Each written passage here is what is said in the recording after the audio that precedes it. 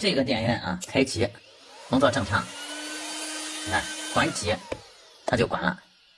但是这个电源啊，我们对比测试一下，看这个电源，开机，工作正常，关机，关不掉啊。关机状态，风扇还呼呼的转动。看一下这个时候关机状态的输出电压11.16，开机变成12.61。很显然，这个电源呢存在问题。我把这个有问题的电源呢拆了下来，我们看一下这个电源。这个电源呢，它是12伏输出150安的，大功率1800瓦的。这个电源呢效率是比较高的，采用的是半桥 LLC 和同步整流输出。我们不讲这个电源的结构，主要就是来维修一下这个电源开关无法控制的问题。那么开关的控制问题啊，我们必须把电路跑清楚。这个开关在这里控制的是这样的一个 LM393，就这个芯片，它是一个电压比较器，通过电压比较器，输出一个控制信号来控制这个半桥的 LLC 谐振管理芯片，它是个 L6599。整个这一部分的控制啊，我把电路啊大致跑了一下，最后检测到发现呢是这样一个控制长管，它的原极对地啊虚焊了，这个控制管呢就不起作用了。所以啊，我们在这个开关打开和关闭的时候没有起到相应的作用。它虽然是不能够控制这个 LLC 的这个电源管理芯片，但是它可以控制 PFC。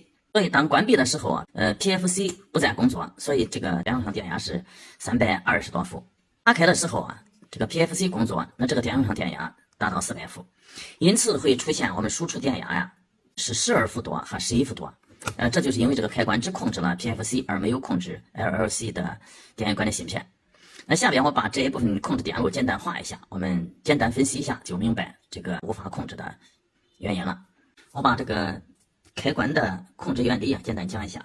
这个就是开关控制。这个开关控制就是当开关闭合的时候，这个电源启动，PFC 正常工作，这个时候这个地方是低电位，也就正常工作时这个地方输出是低电位。那么这个时候无线监测电压大约是1.65伏正常，那么芯片就会正常工作。那么当开关断开时，这个地方输出一个高电位，大约就是个9.2伏，那么这个电压就会把这个长管呢这个导通。长管导通之后，它的 DS 之间呢就发生了导通短路，从而把该点的电压拉低为0。L6599 这个芯片起脚是用于检测无线电压的。当这个点的电压低于 0.8 伏时，那么这个芯片就会停止输出，因为它认为检测到的无线电压偏低，所以就会关闭输出。这个长管把该点电压拉低，同样会使这个芯片停止工作。这个电源出现的故障是开关闭合以后，这个地方电压还正常啊，就是闭合以后，这个点是0点2，正常工作。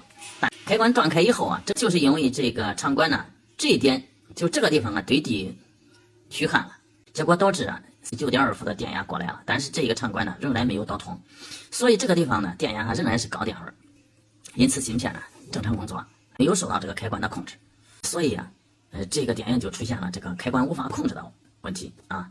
我们只用把这个地方虚焊的焊接起来，那么这个开关控制就正常了。